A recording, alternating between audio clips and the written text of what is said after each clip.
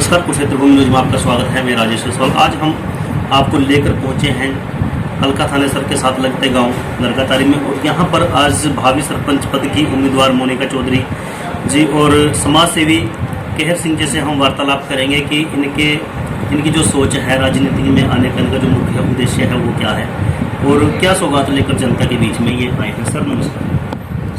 Sir स्वागत है आपका न्यूज में। आपका बहुत बहुत धन्यवाद वो मेरे पास पहुँचे। मैं सरपंच के रूप में, समाज सेवी के रूप में मैं अपने विचार व्यक्त करता हूँ कि मैं इस बार अपने पुत्र वधू को सरपंच पद के चुनाव के लिए घोषित किया है। और हमारे कुछ मुद्दे हैं गांव के, जिन मुद्दों को लेकर मैंने राजनीति में प्रवेश किया है। तो उसमें सबसे पहला मुद्दा है जी, गांव वैसे तो हमारा स्वच्छ है जी, लेकिन अभी और स्वच्छता की आवश्यकता है जी। जैसे कि हमारे गांव के साथ ट्रीटमेंट प्लांट लगता है, सीवरेज ट्रीटमेंट प्लांट, और वो गांव के बिल्कुल नज़दीक है, हमारे गांव की ज़मीन में ही वो बना हुआ है। तो मेरा एक इस तरह की कोशिश रहेगी कि गांव में सीवरेज व्यवस्था बने, जिससे गांव में किसी भी तरह की बदबू इत्यादि नहीं रहेगी। दूसरा, गांव में शिक्षा का प्रबंध होना चाहिए। हमारे गांव में प्राइमरी स्कूल है। प्राइमरी स्कूल में लगभग 120-130 के करीब बच्चे हैं, और 5वीं क्लास पढ़ने के बाद बहुत से बच्चे मिर्ज़ापुर या जोगसर जाते हैं जी, जबकि उन्हें सड़क या लाइन क्रॉस करनी पड़ती है जी। तो हमारा एक ये कोशिश भी रहेगी कि यहाँ मिडिल स्कूल जी। इसके अलावा हमारे एक प्रयास शुरू से ही है, अब मैं राजनीति है, लेकिन उससे पहले भी जब हम राजनीति में नहीं थे, उससे पहले भी हमारे एक ही प्रयास है, गांव में किसी तरह को लड़ाई झगड़ा ना हो। और हमारे गांव का रिकॉर्ड भी है कि आमतौर पर यदि कोई झगड़ा भूल चूक से चला भी जाता है तो उसका हम यहीं पर ही निपटारा कर देते हैं।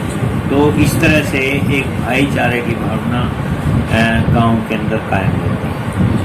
इसके अलावा और भी बहुत से काम हैं, जैसे बहुत से हमारे बच्चे विदेश में गए हैं, तो हम यही प्रेरणा देते हैं बच्चों को कि अच्छी तरह से पढ़ें, ताकि पढ़ने के बाद उनका अच्छी तरह से विकास हो, उनको अच्छी नौकरी मिले या विदेश में जाएं। तो इस तरह का हमारा प्रयास है जी। देखिए, खास मुलाकात में आज मास्टर केहर सिंह जी हमारे साथ मौजूद हैं, जिन्होंने बताया है कि राजनीति में आने का जो मुख्य उद्देश्य है वो गांव का विकास है। तो सर, एक छोटी सी जानकारी लेना चाहेंगे कि महिलाओं के विकास के लिए आपकी क्या सोच है। जैसे कि मातृशक्ति, आज जो गांव की बेटियां हैं वो बाहर पढ़ाई के लिए नहीं जा सकती, बेटियां अपने घरों में भी सुरक्षित नहीं हैं। जैसे कि सरकार ने एक नारा भी लगाया है, बेटी बचाओ बेटी पढ़ाओ। तो आपकी क्या सोच है, किस प्रकार से बेटियां सुरक्षित रह सकती हैं, क्या मुहिम चाहते हैं? उसके लिए ऐसा है, लड़कियों के अंदर जितनी ज़्यादा एजुकेशन होगी और उतनी ही ज़्यादा जागरूकता उनके अंदर आएगी। और दूसरा, हमारे गांव के अंदर ये भी कोशिश हमारी रहेगी, जैसे महिला मंडल बनाना, कीर्तन मंडली बनाना, उससे औरतों के अंदर जागरूकता आती है। और हमारे ये प्रयास रहता है कि जैसे गांव हमारा बिल्कुल शहर के नज़दीक है, तो आमतौर पर यही कोशिश रहती है कि ज़्यादा से ज़्यादा लड़कियां पढ़े, और पढ़ती भी हैं। हमारी लड़कियां बहुत अच्छी पढ़ी लिखी और कई अच्छी पोस्टों पर चली भी गई हैं, विदेश में भी गई हैं कुछ लड़कियां। तो इस तरह से, और ये एक मानसिकता होती है लोगों के अंदर ऐसी मानसिकता बने कि हम अपनी बहू बेटियों को, लड़कियों को उतना सम्मान दें जितना समाज के अंदर देना चाहिए। बात करें युवा साथियों की, जैसे अभी आपने मातृशक्ति के बारे में बताया, तो बात करें युवाओं की, युवा साथियों की। आज युवा नशे की कगार में डूबता चला जा रहा है, तो किस प्रकार की मुहिम आप लागू करवाने की कोशिश करेंगे, या अपने ग्राम पंचायत के माध्यम से अपने आसपास के युवाओं को, अपने गांव के युवाओं को किस प्रकार का एक ऐसा मैसेज देना चाहेंगे जिससे कि वो नशे को छोड़कर और एक अच्छा कार्य करें? किस प्रकार की मुहिम लागू करना आप चाहेंगे पंचायत के? युवाओं को नशे की प्रवृत्ति से यदि दूर रखना है तो उसके लिए सबसे बड़ा माध्यम है शिक्षा और खेलकूद। दो ऐसे माध्यम हैं जिसमें बच्चों को इस कुरीति से दूर रखा जा सकता। तो हमारा एक प्रयास रहेगा कि बच्चों को अच्छी शिक्षा मिले और दूसरा उनके खेलने का प्रबंध गाँव, क्योंकि हाँ, जितने भी गेम्स में ज़्यादा रुचि रखेंगे बच्चे उतना ही नशे से वो दूर रहेंगे। हमारा ये प्रयास रहेगा कि बच्चों को इस कुरीति से दूर रखने का प्रयास करें।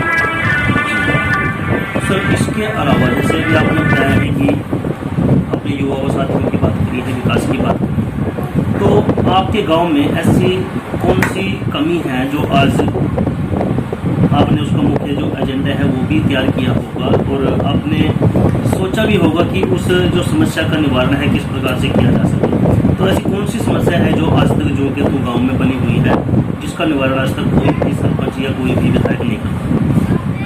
हमारे गांव में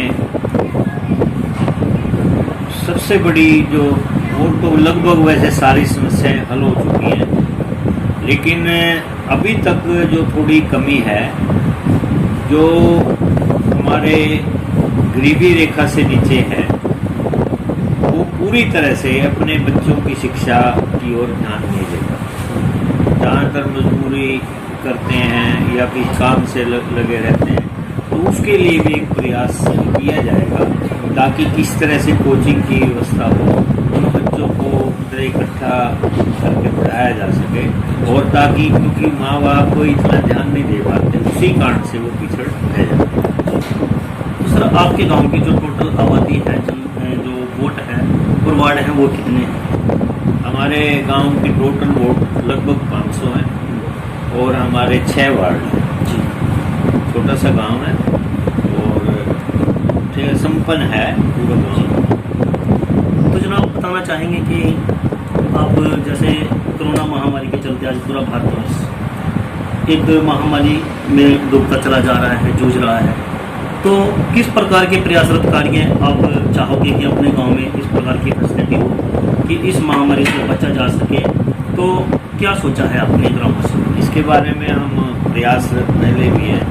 हम एक तरह से हमने सभी जितने भी रास्ते हैं, सभी रास्तों पर जो भी लोग बैठते हैं, हमने मतलब ये मैसेज पहले दिया हुआ है कि कोई बाहर का आदमी आए उस पर निगरानी रखे, और किसी भी तरह से हम किसी को इकट्ठे नहीं होने देते। जैसे बहुत से बच्चे इस पे तालाब पे इकट्ठे हो जाते हैं, तो उनको हम ये कोशिश करके समझाते हैं कि यहाँ इकट्ठे मत बैठो, क्योंकि महामारी ये कुछ नहीं पता लगता। और इसी प्रयास से हम हमारे यहाँ कोई इस तरह की घटना नहीं जी। तो सर, बताना चाहेंगे कि आज हमारे चैनल के माध्यम से आप जनता को किस प्रकार का संदेश देना चाहोगे, जनता जिससे कि आपसे जुड़ी रही है, प्रभावित हो? हम तो सभी भाइयों बहनों को, गाँव वासियों को एक ही संदेश देना चाहेंगे कि प्यार से रहें, अपने आसपास के एरिया को स्वच्छ रखें, साफ सुथरा रखें, उसी में ही गाँव का विकास होगा। और ये हमारी सभी से हाथ जोड़ के प्रार्थना है कि अपने गांव का विशेष ध्यान। जी, धन्यवाद। देखिए, आज की कड़ी में हमारे साथ मौजूद थे मास्टर केहर सिंह जी, जो कि समाज सेवा के रूप में जनता के बीच में आए हैं। इनकी पुत्रवधू जो भावी सरपंच पद की उम्मीदवार हैं, मोनिका चौधरी जी, तो समाज सेवी के रूप में केहर सिंह जी ने अभी बहुत सी अपने गांव की कुछ समस्याएं भी बताई हैं, उनका निवारण किस प्रकार से होगा वो भी बताई हैं। तो सर, बहुत अच्छी कोशिश है, बहुत अच्छा प्रयास है आपका। तो हमारी आशा रहेगी कि आपके संदेश को हम जन जन तक पहुँचाएँ। तो बने रहे सर, क्षेत्र को